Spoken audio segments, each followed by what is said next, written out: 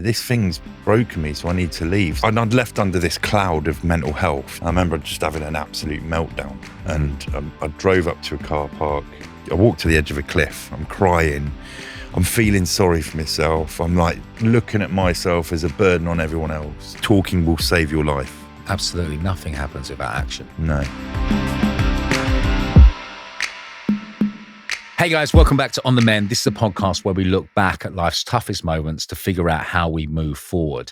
Today's guest is Jason Fox. Yes, Jason. Good How's to it see going? you, mate. Yeah, no, thanks very You, much. mate. Thank you so much for coming on, man. No, I mate. really massively appreciate it. No, it's a pleasure, Mate, honestly. Anything, especially with what it's all about, massively want to get involved. I was thinking about the structure of this show, right? And really, I think about it like this. We kind of do three things. We look at what it was like, what happened, and what it's like now. So to do that, I'd like to go back a bit and kind of like, I've followed your career, right? And I think it's nuts how you go from such a structured life in the special forces to being back in the normal world.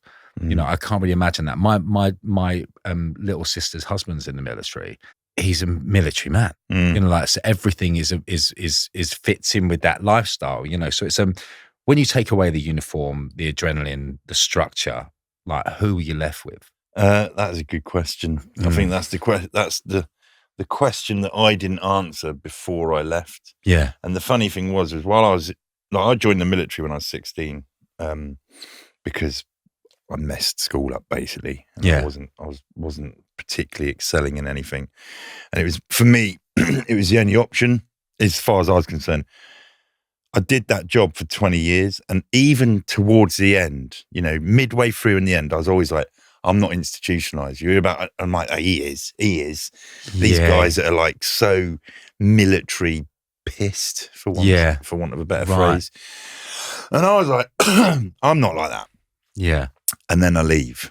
Yeah. And then I'm like, oh my God, I'm institutionalized. I'm like, I don't know how to translate anything that I've done there into this. And I don't know how to look after myself. I know how to look after myself. Like, wash, clean, but I don't know how to do a tax return. I got told when I had to go to the dentist or the doctors and they paid for it. Yeah. Now I'm like, I've got to pay for everything. Like, the big wide world is very expensive. Yeah. And I think it was a lot of those sort of things that I never really gave any due care or attention to, that suddenly it started to really sort of snowball, as in the effect of leaving the military. But all that to one side, I suppose my identity and my sense of belonging was the military. Yeah. It gave me purpose. It saved me from going down the wrong path, I suppose. Yeah. So then when it was taken away, so to speak, it massively had a huge impact on me. I mean, what were those first couple of months like? So I imagine that's the period where, like, at the beginning, you're kind of like, were you pleased to be free in some way? I was pleased because I was told. So my military career started to unravel before I left, and you know, I was feeling the effects of, I suppose, going away and doing a job that was quite all-consuming, but I wasn't balancing it with my home life. My home life, I paid no attention to it. I was selfish. I was like, I'm a military. I love this job. Yeah. And I loved it. But because I didn't have a solid foundation to come back to, my own fault, that's why it wasn't a solid foundation. The difficult stuff I was going away and doing that I did enjoy and I did love started to have an impact on me. So then that got to a point where, you know, long story short, I'm told the thing that will fix me is to leave the military. And I'm thinking, hey, I was like, but I love this job. Yeah, man. This is awesome. You know, it's given me everything that I've ever wanted. It's given me confidence, all this sort of stuff. And now they're telling me it's bust me. And I'm like, I don't agree with that. And in the end, that it was quite a long journey, or long-ish. I ended up buying into it. I was like, well, they're right. You know, this thing's broken me, so I need to leave. So my actual leave date was the 5th of April in 2012. And then I woke up on the 6th of April expecting to feel better. And I was pleased. I was like, I'm on this journey now to recovery. And then I woke up in the morning and I was like, bloody hell, I feel worse. That's gone now. Yeah. And, you know, and it unraveled more after I left. Yeah. I mean, was much to my there surprise. support when you left? Because I mean, were you diagnosed with PTSD? Yeah. Is that what it So was? my diagnosis was PTSD, depression, and chronic burnout. So there was a Right. few different things. The burnout was attributed to always going away. You know, it was during a busy period for the British Armed Forces, and obviously the PTSD. That's what they call the syndrome when it comes to disorder. Weirdly. Yeah. But yeah, it was that. But it just, I didn't. It's funny when I look back on that period and the period after, you know, after I left, it always seems a bit fuzzy. Yeah. It's like each day was. I look back on it and I'm like, every day was miserable. It rained every day, but the period spanned about 2 years, 2.5 years. So I'm like, couldn't have rained every day, Right. Yeah. But it's like, because my mind was in a weird place. I was Yeah. just like, oh, this is grim. I mean, people have reached out to us a lot in this podcast, and we kind of hear from people who have kind of been in really dark places or are in dark places. And I've heard you spoke publicly about suicidal thoughts. You know, this is something that we get asked about, and I don't feel fully equipped to talk about that. So, I mean, can you talk us through what happened there? Yeah, so it was. I'd left, and I'd left under this cloud of mental health. So I was really embarrassed, and I've come away from what people, I suppose, the outside world looking in would see the special forces as a very alpha male. Yeah, you know, loads of testosterone, that rubbish. It's not actually like that, but I felt embarrassed about it, so I cut it all away. I cut all my mates off. I disappeared into deepest, darkest Devon, and just tried to get on with being normal. And it was hard. It was graft, and mainly because I just wasn't. There was something I wasn't doing, and my relationship fell apart. Loads of stuff fell apart. The job I was doing, I was fortunate enough to be given a job. The job I was doing, I wasn't doing very well in it because I wasn't engaging. And I remember just having an absolute meltdown. And I drove up to a car park, parked the car, and just walked. And I walked to the edge of a cliff, and I was there, and I was like, I felt like I'd failed at everything. I remember thinking the job that I loved, obviously, you know, wasn't strong enough to hold it together for the duration. Relationships failing, job people could probably do without me, and I was like, I'm a burden. I've served my purpose. I had a great time. I'm a burden. So I was like crying and on top of this cliff, peering over, and I was like, well, I can either jump off and it all goes dark, or if I'm going to walk away, what do I have to do? You know, what needs to be done to stop me from feeling like this? Because I can't continue with this sort of this feeling, this way of life. And it was only then. I don't know. Obviously, I wasn't going to jump. I mean, I'm scared of heights, so I picked the wrong mechanism. But it was only then that I was like, I'd suddenly realised that I'd spent my whole time, even when I'd gone to the powers that be in the medical world, in the military, and said, "Oh, I've got something going on I need to address." I didn't actually believe it. Right. So it was then that I realised I had to be honest to myself, because I didn't, even though I was going to therapy and stuff, I didn't buy into it. I was like, fuck, whatever, just tell me a few things that will make me feel a bit better and I'll just crack on. I ain't got nothing to say to you, you know. And I found it really irritating trying to engage with someone that I thought didn't have my best interests at heart, because the reason I thought that was because I didn't. Right. And I actually was like, oh my God, you know, I need to really grip this now and and attack it and be like, you have got an issue.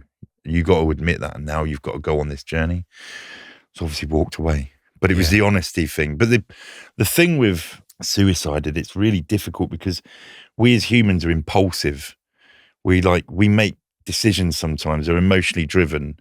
Unfortunately, if we could just like harness that emotional response and just get a lid on it, we'd probably be in less trouble half the time. It's like a permanent short-term solution. Yeah. But then sometimes people are in a moment where they're like, fuck it. Yeah. And then it's too late. And I think sometimes we're all emotional. We've all done things like that. And I think sometimes people are there in that moment and I don't know whether they want to or not, because the impact's horrific. But sometimes the point of no return's gone. Yeah. And it's like, oh my, if only, and everyone's always like, if only I knew, if I said this, I don't think there's much people can do sometimes. I think it's if you can just encourage people to think about something before doing it. I mean, that'd be great in life, wouldn't it? Yeah, absolutely. Yeah. What would you think that thing is? What that thing to think about? You know, The thing, I don't know. Because you mentioned before, like you said that there was something that you wasn't doing, and was that admitting to this? I wasn't being honest and admitting, but I think the thing that I didn't do, I did it awesomely in the military. They teach you to be non-emotional. I don't ever remember being angry when you're, on the battlefield and stuff like that. But then you don't know how to apply it in everyday life. And I was allowing my emotions to drive my actions. And I was getting, whether that be flash to bang in an argument with your partner, or you're downtown, someone's annoyed you, road rage, drink, all this sort of stuff. And it was over a period of time that I was like, if you can, there are emotions are basically, for me, they're an indicator that I need to pay attention to something, because something's going on. Yeah. Like I said, I'm scared of heights. So if I'm, which is bizarre because most of my life was spent working at heights, but if I'm working at height and I start to feel afraid, I'm scared, like I notice things that happen, like my palms are sweaty and all this sort of stuff. And I'm like, I need to pay attention to what I'm doing. The thing with other emotions is we don't really pay attention to them. We suppress, we try and get rid of that and that noise and just crack on. Like anger's a classic one. I get like a prickly heat on the back of my neck if I'm starting to get angry. Yeah. And that's when I'm like, now, I never use them. My missus will probably be like, hang on a minute. He still stubs his toe and loses his shit. But I'm like, hang on a minute. I need to, before I do something now, I need to think about this, because the consequences could be enormous. Yeah. And I think that cliff moment was a real lesson in applying that elsewhere. I think outside of the military, it was like that moment where I was like, I'm being emotional here. I've had a bit of a meltdown. I'm crying. I'm feeling sorry for myself. I'm looking at myself as a burden on everyone else. Yeah, you're so right. I think that's something we don't talk about. It's something we've never talked about on here, but that's such a big factor in it. It's the stigma we create ourselves. Because we talk about breaking down stigma and stuff all the time, but it's in ourselves a lot of the time. We've got to fucking do that work. Who was the first person that you reached out to about anything? It was after the cliff top moment. And it was the guy that gave me the job that I was dreadful at. Yeah. Who was amazing. I'm still friends with him. And he sort of, I was at a works do. It was like a conference thing. And we were staying in a hotel. I'd come down for breakfast. And because he'd given me my job, he was the CEO, and it was through a friend. It was a complete favour. He come up to me and he was like, "Mate, are you all right?" And I was like, "Why'd you ask?" He goes, "I don't know." He goes, "You just look troubled." And I was like, I says, "Why? Well, why'd you?" I was like, "Go on, why can you see that?" And he actually opened up to me. He said, "The reason is," he goes, I haven't breezed through life. I've done this, and this." And he says, "And whilst I was going through X of amounts of things in my life with my job," he says, "I went and sought some help." And he had a little nickname for the person he sought help from. He goes, "We need to find you your..." Yeah. And I was like, "Yeah, maybe." And he's like, "No." He goes, "We're going to do it." He goes, "I'll help you. We'll go and find this person." He goes, "Don't. The first person you speak to, if it's the wrong one, don't lose hope. We're just going to go on a journey." Yeah. And I was That's fucking good advice. Man, it's unbelievable. Yeah, I owe him an awful lot, this guy, Andy. And that's what happened. And there was a couple of people I did see on the journey, but he was the one that said, no, how was that? And I was like, "I don't know, it's not their fault, I just don't." And then I met a psychotherapist, and she was the one that I connected with. And wow. She was cool. She was like she'll hate me for saying this. We're in touch again now, obviously. But she, I turned up and I was like, "She's a fucking hippie." Yeah. I got no time for hippies. Turns out I'm a hippie. We used to go for walks in the woods. So I was like, "Oh, this is nice." Getting all spiritual. I was Absolutely. Like, "Oh, wow, Jesus." Yeah. So that was the person that, there was a few other people, but Andrew with Alex was a revelation. Yeah, mate, that's so funny you said it, because I met a couple of people and I had different therapists at different points, and I thought they'd be exactly the person that I wanted, and it wasn't. Yeah. And it was the most The person who was the most unlike me ever, like I couldn't think of, who saw through my bullshit enough to question me, rather than just went along with it. They were just like, shut up, I've got an embarrassing moment when I first met this person. Yeah. Because it was Dr. Alex something or other on the thing, and I went into the clinic, and and the receptionist's like, yeah, sit down there where you'll be led up. And this she's quite, she's young. She comes down. She's like, here to see Dr. Alex. I was like, yeah. She goes, come with me. She led me up, opened the door to the room, ushered me in. So I've gone in. She's shut the door and sort of like not locked it, but it's the final thing. Yeah. She's turned there and I'm like, are you all right? She's like, yeah. I goes, are you going to get the doc? And she's like, I am the fucking doctor. And I was expecting for some reason, I was expecting a guy. Yeah. And then I was like, oh my God, I got to open up to a woman. I don't know whether I can do that. Yeah. I'm of course. Like, because I was from a very male orientated environment. So I was just like, I don't know how this works. Yeah. Anyway. Turned out it was a good thing. Turned out that was the one. You know that feeling when you wake up and it's like you've slept, but you're still knackered? Well, I used to blame the kids, the late nights, my busy schedule, basically everything but what I was actually sleeping on, my mattress. Turns out that was a problem all along. When you're trying to rebuild yourself as a husband, a dad, a mate, whatever, you learn that good sleep isn't just a luxury, it's what you need to fill those roles. So over at On The Mend, my podcast, we switched to Simbra, hybrid mattress. We chose this mattress as we learned the hybrid layers adapt to your body, keep you cool and give you proper support. All of this helps so much when you're waking up refreshed and you're not dragging yourself through the day. So you can become a better version of yourself through the power of sleep. Simba's won over 100 sleep awards and 6 Which Awards. Best buys, and I get why. You get over a 200-night free trial, a 10-year guarantee, and flexible finance options. So there really isn't a risk, and you'll get to see how amazing you really, really sleep. Honestly, it's amazing how much better life feels when you're well rested. Head to simbasleep.com/on the mend and give yourself the rest you deserve. Want to know who's coming up next? Hit follow wherever you get your podcasts, and you'll be the first to find out. When you think of like coming out of the military, right, which I can only imagine what that's like, and like living in kind of chaos, very organized chaos. Do you think that in some ways you felt like addicted to that chaos and it was hard to kind of live? Man, I love it. Yeah. Now I've learned to embrace boredom. Yeah. I've realised even the way you said boredom then just spoke volumes. Yeah. Boredom. Yeah. I know. Yeah. Boredom. I really love it. There we go. Love it. Put that one in. I learned. It's funny actually. I got home. I had a thing this morning. I went home because I said to my missus, I said I'll come home for lunch before I shoot off. Before I'm late for my next thing. And our little boy was asleep, and that she'd been out and he was asleep. Yeah. And I was just laid there with her on the sofa. We just had a bite to eat, and I was like, I love this silence. Yeah, man. So it's a great thing. So and that would never have happened back in the day. Yeah. I do love it. Even when things go wrong now, I get a hit of adrenaline. I'm like, here we go. This is good. You like so I do still, and I genuinely think that I think quicker and better in a crazy situation, when we're just trying to get ready to go out the door. I'm like, fuck it. Yeah. But I've learned to embrace it. But the chaos thing, it is, you become so fine-tuned to operating in it, and you are conditioned to it.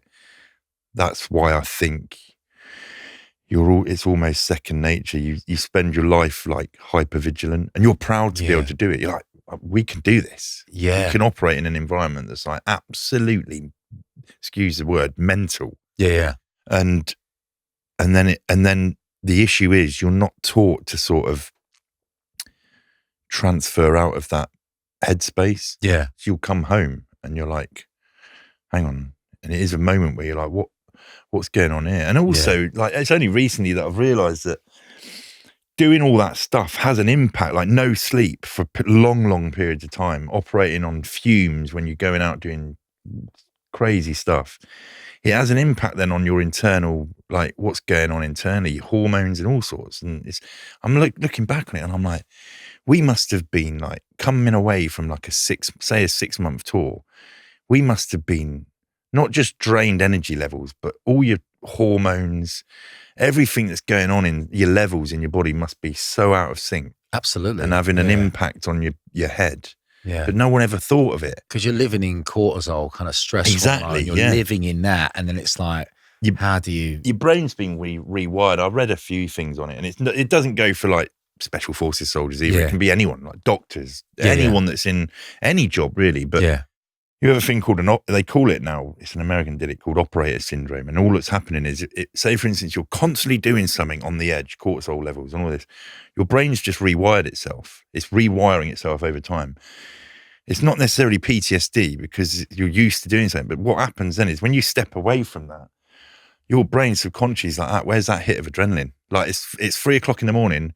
We should be doing something dangerous now. Yeah. And the next thing you know, people are doing weird stuff, or they're responding differently to something that's out of the norm. And I think a lot of there's things like that have made me think recently that I'm like, no wonder it happens. No wonder people feel negatively about either the situation that they're now in or the way they are, because they were just used to doing something for a period of time. I suppose it's a coping mechanism as well, isn't it? It's like a mechanism you build up over time to deal with what you're fucking having to go through. But it's like your career. Yeah. Like the adrenaline, like you're doing that. You're expected to stay on the ball and do all this sort of stuff. And then did anyone teach you how to come away from that and just go shopping? No, not at all. It's so funny is that, because I know it's not the military, but like after a tour, you're all this adrenaline and you're living on on the bus and hotels and it's kind of like you're just encapsulated in this kind of adrenaline filled fucking fanfare, and you come home and it's really quiet and shit.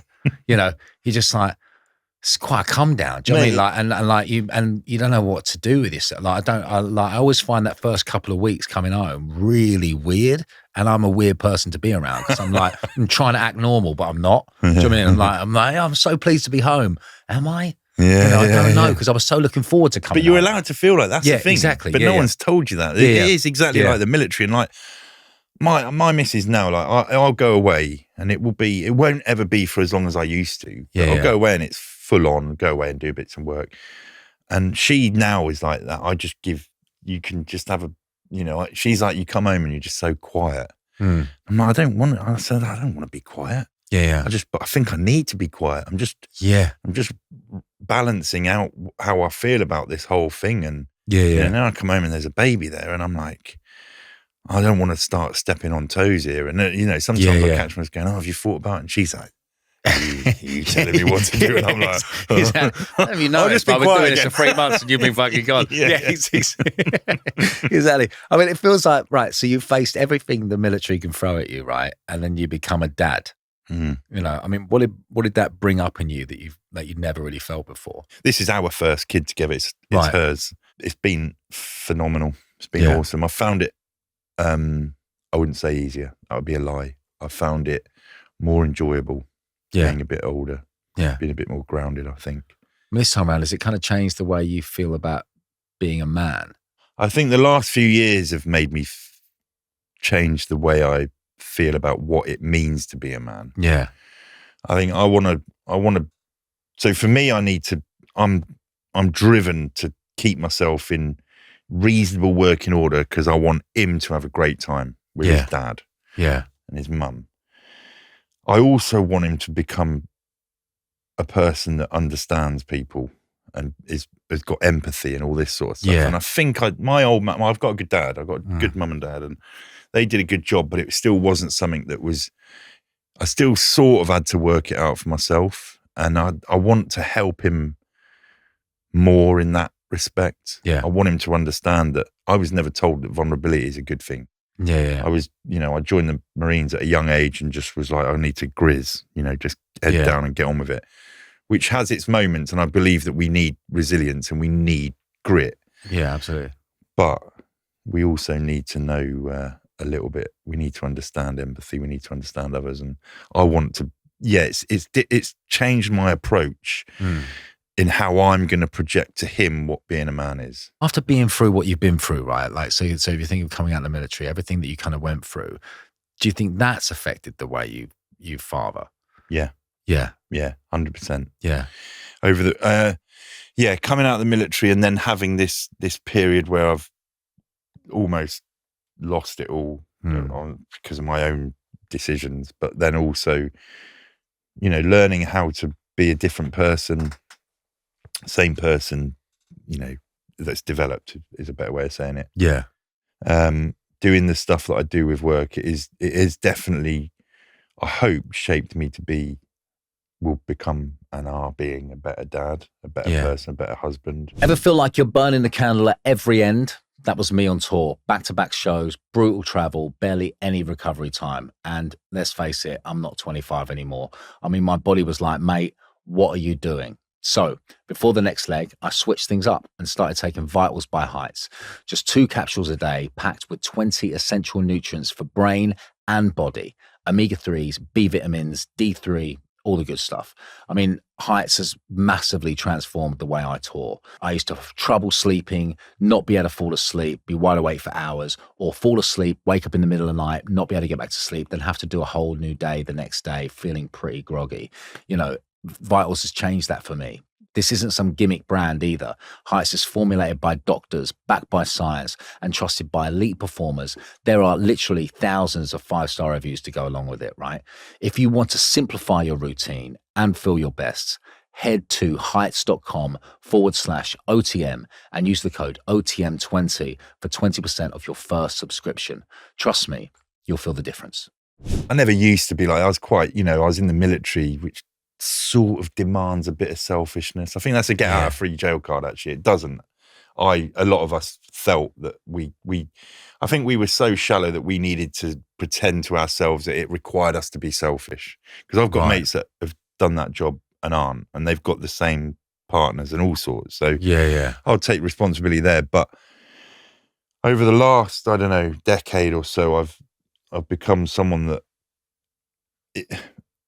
if I get offered an opportunity, I'll think about, if I said yes, what the consequences are. Who would be upset if I said yes to doing something? What impact would it have on other people?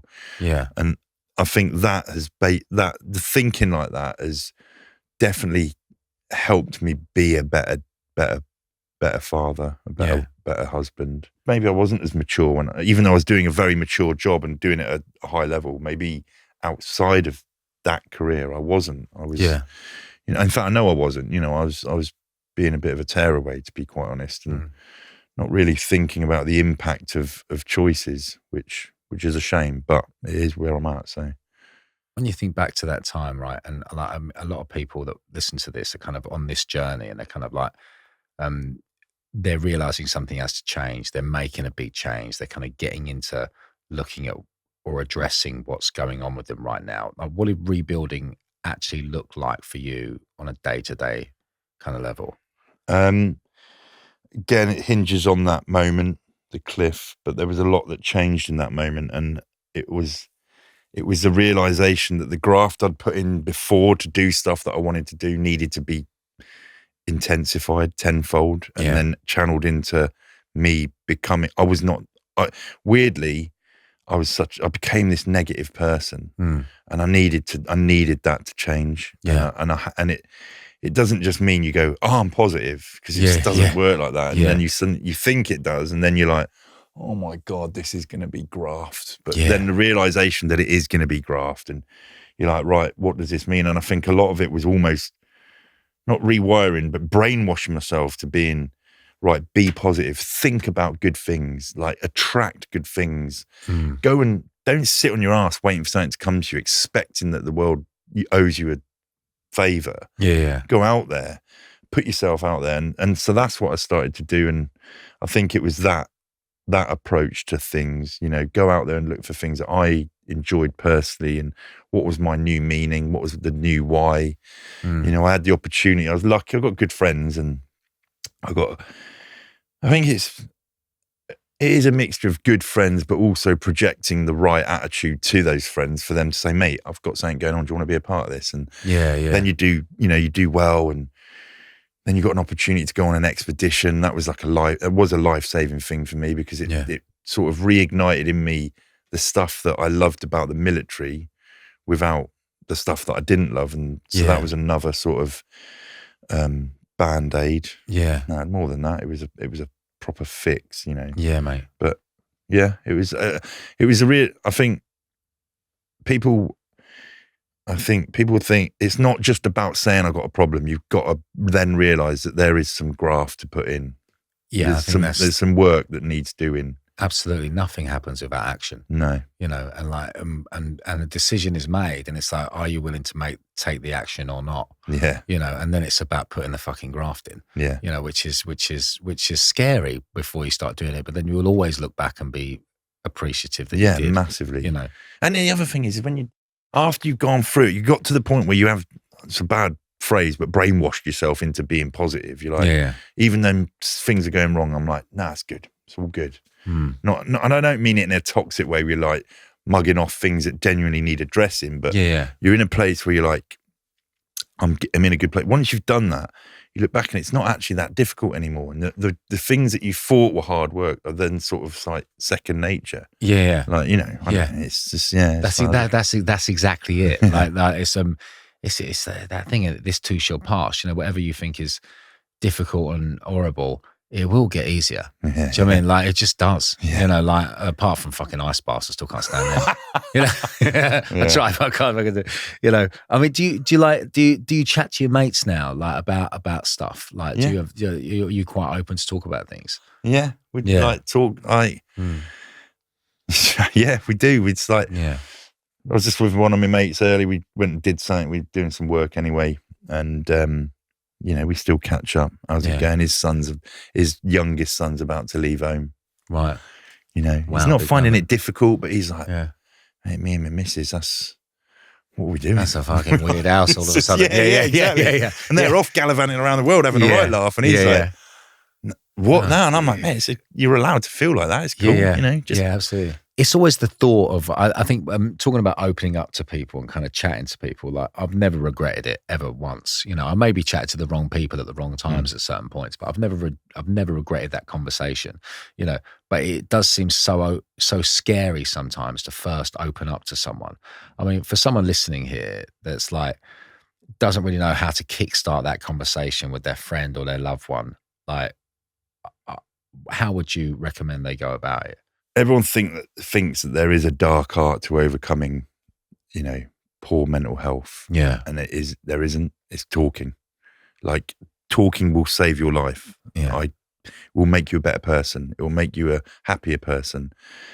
Don't be despondent about you talking to the wrong person. In fact, it's better. Yeah. You learn about the people that you respond to, react to, connect with. It's just part of the process. It's part of the journey. Yeah. And then when you find that person, like, don't be afraid to be vulnerable. Yeah. Like, it's the biggest strength. You are stronger being vulnerable than you are by building a brick wall that's a facade, because you're always worried about that wall falling down. Once you put your vulnerability out there, you haven't got to worry about anything. It's like you become a little bit more blasé, because you're like, well, that's me. If you don't like it, fuck off. Sort of. Yeah. You know what I mean? I think if you genuinely feel like you're in a negative headspace, you've got to take that leap of faith and go on a journey of finding people to talk to. Yeah. Why do you think it's tougher for men to talk about these things? Is it in our genes? Is it part of our makeup? Like, I actually spoke about this the other day. A few years ago, I was, and this is after I'm talking about stuff. It's like, you know, I've been open about my mental health, and it was actually a conference in Italy, and it was a cool thing because it was all medical professionals, and they're all part of an expeditionary. They're all part of expeditionary medicine. They do this conference. It's up in Italy. It's up in the mountains. It's in January, and basically what happened, and I was there just to talk about a little bit about my mental health journey, and there was obviously doctors, nurses, and so forth, and there was men and women. Obviously, they make up the whole industry. And the routine on the conference is a week long. Was in the morning, there's the conference, or it could be the other way around. But either way, half the day you've got a conference. The rest of the day you go off skiing. Wow, it's awesome. So sounds wicked. I think we did one where it was like we did a morning session in the conference halls. And then it was the afternoon was go off skiing, and then we were going to have dinner in this nice restaurant. But we'd decided on this day that the two groups were going to split down. Girls are going to go off, boys are going to go off. Right. So we've gone off and we've gone down the snow park, doing jumps, high-fiving, whooping, hollering, up at the bar, having a few beers, generally being dicks, but in a nice way. And we've skied down to the hotel, the restaurant, and we're sat waiting and thinking, we're lads. Right.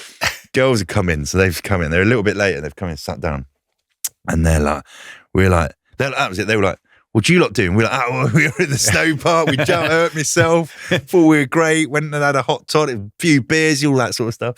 And we're like, what'd you do? And they're like, we did a bit of backcountry skiing, cross country. Went up to this feature. It's quite hard work. Got to the top of this like mountain, I suppose, a hill. Sat down, got the picnic out, flask of hot chocolate, passed it around. Talked about our issues, shared our troubles. We all cried, we all hugged it out, and we skied back down. We had a great day. And we're like, and I was listening going, fuck.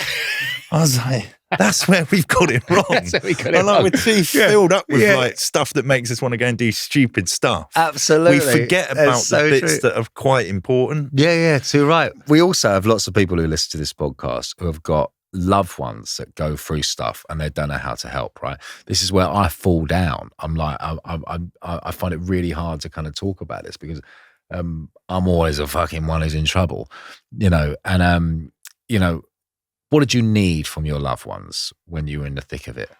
I didn't need telling. Yeah. I was quite an abrasive, what? Don't tell me what to do. Yeah. Fuck you. Yeah. I think in the first instance is to just be there. Yeah. Like just be there. Be a presence, be an ear. If it's someone that you don't live with, go and see him. Just knock on the door, hey, do you fancy going for a walk? Coffee, whatever. Yeah. And even if they're like, no, be like, I'll come back or whatever. Or they'll make an excuse. Don't give them an out, just be there. Yeah. And over a period of time, I think that you will become like a lifeline. Because I think people genuinely, unless there's something serious going on, things that may be out of control to some, non-medical support, people just want to feel like there's someone there. Yeah. You don't need to lend advice. You don't need to tell them what to do. That will come with time. Yeah. But just put the graft in and just be. Yeah. Whether it's a phone or something. That's bloody great advice because I think like there's a saying in recovery, right, that when you come out of like any kind of drinking part of your life or you're coming out of taking drugs, to stay away from certain things, stay away from pubs or or people like that because they say if you go to the barbers enough you'll get your hair cut, right? and I love that saying because I think it also works in that situation because if you want to be there for someone, if you keep going to the barbers, eventually you'll get your hair cut. Eventually if you're there for that person enough, they'll eventually open up. Thank you so much for everything you've talked about. It's been incredible. Like, what are you up to right now? What's life treating you? I've got a new tour coming up. It's a brand new tour. So if you've come to the one before, this is different. Right. Which is putting the fear of God into me because I've got to learn the whole thing. Yeah. And this is called Embrace the Chaos. Yeah. So it's about chaotic things. There's a lot of funny stories because I've fucked up an awful lot. Yeah. So they will be the hinge of hilariousness, hopefully. But there's also, things that I've learned along the way. So it's just basically a look at what chaos looks like and how you embrace it. When does that go on tour? March the 10th is the first day. And then it runs up until the same sort of time in April. SAS is on. Yeah, SAS is back, right? Who Dares Wins. Yeah. Who Dares Wins. Yeah, it's back. I mean, I've been asked a couple of times. Would you recommend it? It's horrendous. Yeah. It's horrendous. It looks it, mate. And I watch it and I'm just like, that looks well up. There's no off. There's no off. Yeah. And actually, to be fair, the people that do come on, I'm like, it's a ballsy move. Yeah. Because it really is. It's exposing. Yeah. It is. You are putting yourself in a very vulnerable position. Yeah. And then there's us four clowns. Yeah. Cutting around. Terrifying people. We don't mean to. I'm the nice one. Yeah. Yeah. Yeah. So there's all that going on at the moment. But Mate, yeah. love it. No, thank you. Once again, mate, thank you so much for No, coming on. Man. awesome. I Thanks massively very much. appreciate it. Thank you for Appreciate it. being No. so open and honest with everything. I think it really massively helps people. No, all good. So much, mate. Appreciate it. And once again, if you or someone you care about is struggling, please check out the resources linked in the description. You are not alone. There is help out there. We'll see you next week. Thank you very much.